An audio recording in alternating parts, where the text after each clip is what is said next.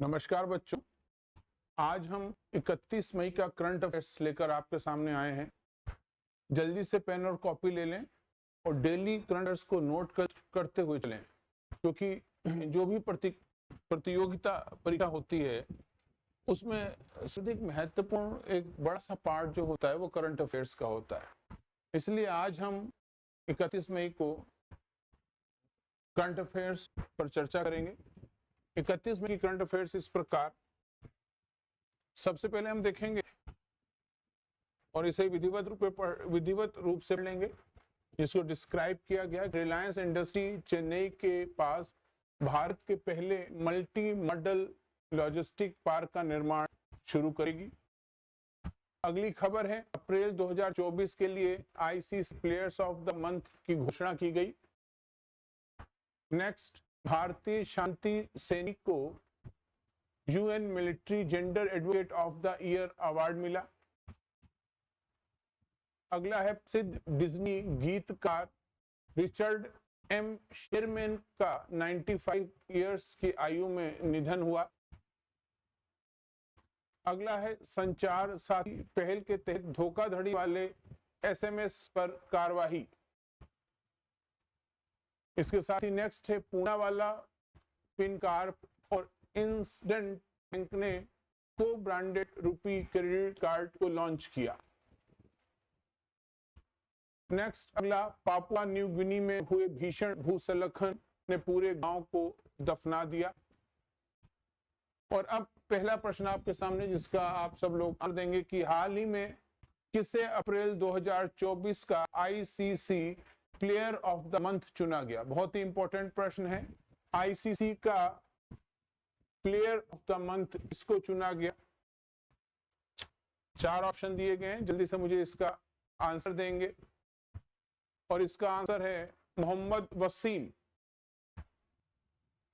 मोहम्मद वसीम जो हैं संयुक्त अरब अमीरात के खिलाड़ी हैं, यूएई के खिलाड़ी हैं।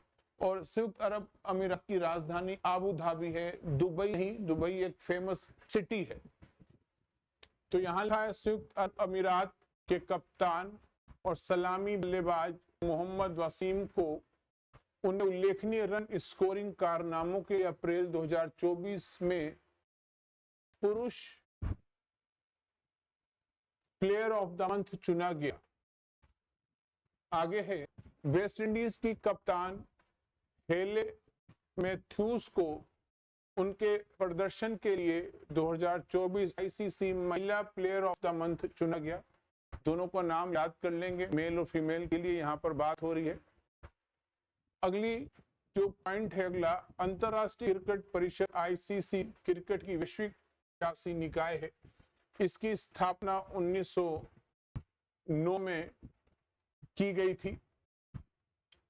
1965 में इसका नाम अंतरराष्ट्रीय क्रिकेट सम्मेलन कर दिया गया तथा 1987 से इसे हम अंतरराष्ट्रीय क्रिकेट परिषद आईसीसी के लगे। तो क्लियर हो गया आईसीसी कब से कहा जा रहा है, पहले उसका नाम क्या था, और player of the month, player of the month पुरुष और प्लेयर ऑफ द मंथ महिला, दोनों बात पे हमने कर ली। अगला प्रश्न है कि हाल ही में एशियाई पंजा कुश्ती चैंपियनशिप में भारत ने कितने पदक जीते।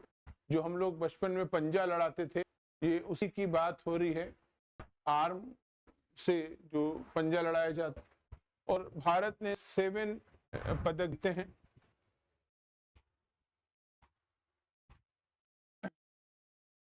पीपुल्स आर्म रेसलिंग है बच्चों, हाथ बाहा को कहते हैं आर्म, तो आर्म रेसलिंग है। भारतीय पंजा कुश्ती खिलाड़ियों ने हाल ही में संपन्न एशियाई पंजा कुश्ती चैंपियनशिप में 7 पदक, जिसमें 1 स्वर्ण और 6 कांस्य जीता। और ये जो चैंपियनशिप हो रही थी वे उज्बेकिस्तान में हो रही थी। उज्बेकिस्तान की राजधानी ताशकंद है, और ताशकंद भारतीय इतिहास में एक महत्वपूर्ण घटना के लिए पढ़ते हैं। यहाँ हमारे एक बहुत ही बेहतरीन प्रधानमंत्री की हत्या मृत्यु रहस्यमय तरीके से हत्या जो हुई थी, वो उनका नाम मुझे बताएंगे आप? राजधानी ताशकंद। और बात अगर हम करें कि पंजा कुश्ती कौन कराता है, तो ये ऑर्गेनाइजेशन जो है उसका नाम है पीपुल्स आर्म रेसलिंग फेडरेशन, और इसकी अध्यक्ष हैं प्रीति झंगानी, और हेड ऑफिस है मुंबई में। अगला प्रश्न बच्चों कि भारतीय पुरातत्व सर्वेक्षण ने हाल ही किस राज्य में नव पाषाण युग neolithic age rock carving in which state? तो इसका आंसर होगा गोवा। और गोवा की राजधानी पणजी जो है वह मांडवी नदी के तट पर है। एक टूरिस्ट प्लेस है गोवा, जो भारत का 25वां राज्य बना था 1987 में। पुर्तगालियों को से आजाद कराकर गोवा को भारत में शामिल किया गया था। देख लेते हैं कि भारतीय पुरातत्व सर्वेक्षण ने गोवा के मोक्सी गांव में इन नवपाषाणकालीन जो है रॉक्स को पाया है, जर्मे नदी के किनारे। और इसके साथ ही साथ अगर हम बात करें कि भारतीय पुरातत्व सर्वेक्षण की स्थापना जो हुई 1861 में हुई थी, स्थापना की थी अलेक्जेंडर कनिंघम। एंशिएंट हिस्ट्री में ये बहुत बार प्रश्न आ चुका है। इसका हेड ऑफिस नई दिल्ली में है, जो इसके पहले महानिदेशक भी बने थे। किसके? भारतीय पुरातत्व सर्वेक्षण। The archaeological survey of India, English में कहते हैं the archaeological survey of India. अगला प्रश्न जो आपके सामने कि हाल ही में किस देश की लेखिका जेनी ने 2024 अंतरराष्ट्रीय बुकर पुरस्कार को जीता है? तो देख लेते हैं इसको हम कि ये रहने वाली जर्मनी की हैं, और जर्मनी की लेखिका जेनी एर्पेनबेक, अनुवादक माइकल हॉफमैन। अनुवादक बच्चों इसलिए कहा गया कि अंतरराष्ट्रीय बुकर पुरस्कार हर साल दिया जाता है। यह अंग्रेजी भाषा के उपन्यासों के लिए दिया जाता है, और साथ ही साथ अंग्रेजी में अनुवाद किया हो तथा ब्रिटेन या आयरलैंड में प्रकाशित हो। बड़ी खास बात है, यह अंग्रेजी भाषा के उपन्यासों के लिए बुकर पुरस्कार के साथ दिया जाता है। कौन सा? अंतरराष्ट्रीय बुकर पुरस्कार। दो अलग अलग है, बुकर पुरस्कार अलग हो गया, मान बुकर पुरस्कार, अंतरराष्ट्रीय बुकर पुरस्कार दोनों अलग चीज। और ये जो दिया जाता है वह अंग्रेजी में अनुवाद की गई किताब के लिए दिया जाता है। तो अनुवाद इन्होंने किया और लिखा इन्होंने था। अब भारत में भी अंतरराष्ट्रीय बुकर पुरस्कार विजेता हैं। इनकी बुक्स बहुत इंपॉर्टेंट है, हमेशा पूछी जाती गई स्टेट जीके में कि वीएस नायपाल को मिला, और ये पूछा जाता किताब किसकी है? इन ए फ्री स्टेट। बहुत बार आया प्रश्न, इंपॉर्टेंट है। इसी प्रकार सलमान रुश्दी की midnight children, important, very important. Arundhati Roy की the god of small things, बिल्कुल रख लेंगे बच्चों इन किताबों को, ये बार बार पूछे की प्रश्न है, स्ट्रेटेजी के, इसमें आप समझ जाएं। किरण देसाई की द इनहेरिटेंस ऑफ लॉस, और Arvind Adiga the white tiger. तो याद रखेंगे ये भारतीय लोग हैं जिनको अंतरराष्ट्रीय बुकर पुरस्कार मिला, और ये इस साल का जो बुकर पुरस्कार मिला उसकी बात हो रही। प्रश्न संख्या 5 जो आपकी स्क्रीन पे है कि हाल ही में मरियप्पन थंगावेलु ने विश्व पैरा एथलेटिक्स चैंपियनशिप में कौन सा पदक जीता? तो ये पदक जो जीता गया है वह स्वर्ण पदक है। 2 बार के पैरालंपिक पदक विजेता मरियप्पन थंगावेलु ने इस पदक को जीता। ये अपना उनका पहला स्वर्ण पदक है और पहली आईपीसी एथलेटिक्स विश्व चैंपियनशिप 1994 बर्लिन और जर्मनी में संयुक्त रूप से आयोजित की गई थी। तो इस नाम को याद कर लेंगे कि ये खिलाड़ी किस खेल से संबंधित है, ये इंपॉर्टेंट नाम है। नेक्स्ट देखते हैं कि कैंपी फ्लेग्रेई एक सक्रिय ज्वालामुखी किस देश में स्थित है। इससे पहले भी लास्ट हमने ज्वालामुखी की बात की थी, जब हमने रिंग ऑफ फायर की बात की थी तब इंडोनेशिया का जिक्र था लास्ट स्लाइड में, कल परसों में। और इसी के साथ साथ अगर हम इटली की बात करें, ये मेडिटेरियन सी में लास्ट में है, वहीं पे एक सिसिली द्वीप है, बहुत ही महत्वपूर्ण द्वीप है। और इटली में भी बहुत सारे जो हैं वॉल्केनो का फटना होता रहता है, तो इसलिए यहाँ पे आंसर हो इटली। इटली की राजधानी रोम है जो टाइबर नदी के तट पर बसा है। रोम जो है टाइबर नदी के तट पर।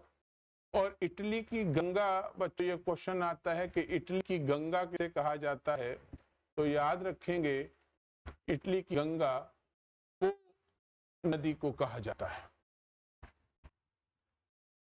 क्लियर है। यहाँ पर इटली का एक एक्टिव वॉल्केनो है। नेपल्स द्वीप प्रश्न पूछा गया है, आइलैंड है इटली का, यहाँ पर है ज्वालामुखी, सक्रिय ज्वालामुखी, यहाँ पे एक बड़ी सी पूरी चेन है ना। माउंट वेसुवियस ज्वालामुखी एक सक्रिय ज्वालामुखी जो यहाँ पे है, इटली में है। ये अच्छा सा पढ़ा जाता है आपके सामने। और सिंपल सी बात करें कि इटली के राष्ट्रपति सर्जियो मेट्रेला, इटली की प्रधानमंत्री जियोर्जिया मेलोनी से याद रखते हैं हम। मुद्रा है यूरो और इटली की राजधानी है रोम। अगला प्रश्न है कि हाल ही में साइबर सुरक्षित भारत पहल के अंतर्गत 44वां CISO प्रशिक्षण कार्यक्रम कहां आयोजित किया गया। साइबर सुरक्षा पर जो कार्यक्रम आयोजित किया वो भी हाल में नई दिल्ली में किया गया। साइबर क्राइम बहुत तेजी से बढ़ रहा है और एक चुनौती है विश्व के सामने भी और भारत के सामने भी। इसलिए बार बार ये कोशिश की जाती है कि इस अपराध पर काबू पाया जाए। इसलिए साइबर सुरक्षित भारत पहल के अंतर्गत 44वां ये कार्यक्रम दिल्ली में आयोजित किया गया, जिसका मुख्य उद्देश्य साइबर हमलों, सुरक्षा प्रौद्योगिकियों, कानूनी प्रावधानों और साइबर सुरक्षा के लिए एक ठोस नीति बनाना है। यह एक साइबर और डिजिटल इंडिया के समर्थन में। आठवें, हाल ही में किस राज्य सरकार ने वन विकास निगम को 2024-25 में अपने वित्तीय निर्वहन के लिए नीलगिरी का पेड़ जो ऐसा है जिसे हम गम ट्री भी कहते हैं, इससे गोंद भी निकलती है। और देख लेंगे यह है केरल राज्य, इसका आंसर होगा जो आदेश जारी किया गया है। क्लियर है कि केरल सरकार ने वित्तीय सहायता के लिए केरल वन विकास निगम को 24-25 में नीलगिरी के पेड़ लगाने के लिए अधिकृत किया है। और ये गम ट्री के रूप जाने जाने वाला, इसमें गोंद से भरी छाल और ये पत्तियां मिलती हैं। केरल की राजधानी तिरुवनंतपुरम, मलयालम यहाँ की भाषा और नायर यहाँ की जनजाति। नायर ट्राइब कहाँ है? केरल की। और केरल में शांत घाटी है। साइलेंट वैली कहाँ पर है? शांत घाटी कहाँ पर है? केरल में। अगला, हाल ही में किसने पृथ्वी के ध्रुवों का अध्ययन Who has recently launched a small climate satellite to study the Earth's poles? ध्रुवों का अध्ययन करने के लिए लघु जलवायु उपग्रह प्रक्षेपित किया है, तो यह अमेरिका का नासा, भारत का होता है बच्चों इसरो। क्लियर है। यहाँ पर नासा जो है national aeronautics and space administration, इसकी फुल फॉर्म है। ये प्रश्न इस तरह से फुल फॉर्म में भी आ चुका है। और अगर नासा के गठन की बात की जाए तो इसका गठन 19 जुलाई 1958 में हुआ था। आगे हम देखते हैं कि हाल ही में कौन सा देश भारत को अगली पीढ़ी के परमाणु ईंधन की आपूर्ति करेगा। भारत को परमाणु ईंधन की आपूर्ति, तो हम ये समझ सकते हैं, कॉमन सेंस है, वो भारत का बहुत पुराना दोस्त ही रहा होगा जो इस प्रकार की सहायता करेगा। सी, रूस जो है वह इस प्रकार की सहायता करेगा। और रूस के परमाणु ऊर्जा प्रमुख जो है उनका नाम है एलेक्सी लिखाचेव, और उन्होंने कहा कि परमाणु क्षेत्र में भारत हमारा प्रमुख साझेदार है। और भारत के परमाणु ऊर्जा आयोग के अध्यक्ष हैं अजीत कुमार। राजधानी मॉस्को और रूस की मुद्रा है बच्चों रूबल। लिखते जाएंगे, जरूर नोट करेंगे, इंपॉर्टेंट है चीजें। अगला प्रश्न है कि हाल ही में किस भारतीय पर्वतारोही ने एक ही सीजन में 2 बार माउंट एवरेस्ट, मतलब सागर माथा दूसरा नाम है इसका, नेपाल में पाया जाता है, नेपाल में स्थित है, ये किया है? तो ये है सत्यदीप गुप्ता। सत्यदीप गुप्ता जो हैं, इन्होंने एक सीजन में 2 पर्वतों पर चढ़ाई की है। एक तो है माउंट एवरेस्ट और दूसरा है माउंट लोहत्से।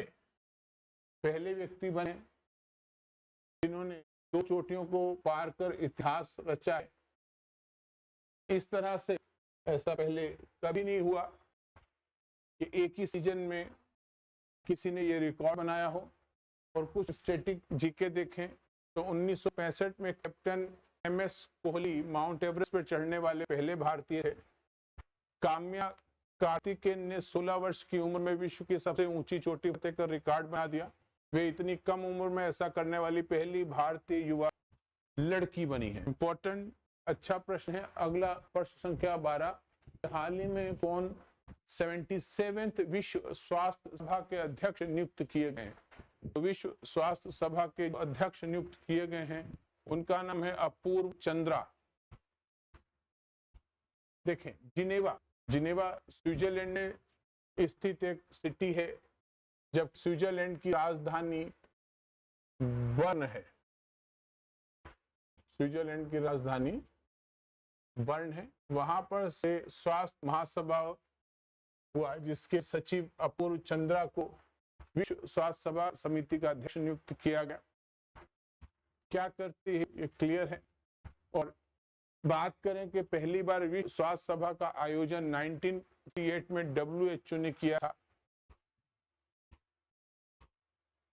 7 अप्रैल को विश्व स्वास्थ्य दिवस मनाया जाता है, क्योंकि 7 अप्रैल 1948 को WHO की स्थापना हुई थी। ये प्रश्न इंपॉर्टेंट है। अगला है कि हाल ही में विजय खंडूजा को देश में भारत का अगला हाई कमिश्नर नियुक्त किया गया।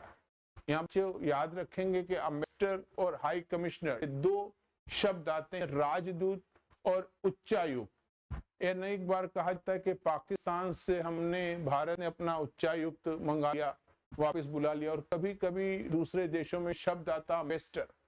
तो याद रखेंगे कि व्यक्ति और पोस्ट एक ही है। कहने का मतलब IFS इंडियन फॉरेन सर्विसेज जो व्यक्ति नियुक्त होता है वही राजदूत बनता है, वही हाई कमिश्नर बनता है। परंतु वे सारे देश जो एक समय क्राउन के अधीन थे, उन देशों में इधर से उधर IFS चलता है, उसे हम हाई कमिश्नर कहते हैं। और इसके अलावा जो अन्य देश हैं उसमें जो IFS जाता है उसको हम एम्बेसडर कहते हैं। तो याद रखेंगे, महत्वपूर्ण अंतर है। अनेक बार इंटरव्यू में पूछा गया कि एम्बेसडर और हाई कमिश्नर में क्या अंतर है, तो इसके साथ ही यहाँ क्लियर कर दिया मैंने। और ये हैं कैमरून के नियुक्त किए गए हैं बच्चों। विजय खंडूजा जो अभी जिम्बाब्वे के एम्बेसडर हैं, इन कैमरून में भारत का अगला उच्चायुक्त नियुक्त किया गया। देखें, यहाँ पर राजदूत शब्द है, एम्बेसडर, और यहाँ पे उच्चायुक्त हाई कमिश्नर। हम समझ जाएंगे कि कैमरून पर भी क्राउन का अधिकार था, पर जिम्बाब्वे पे नहीं। यहाँ से क्लियर हो जाता है और ये क्लियर।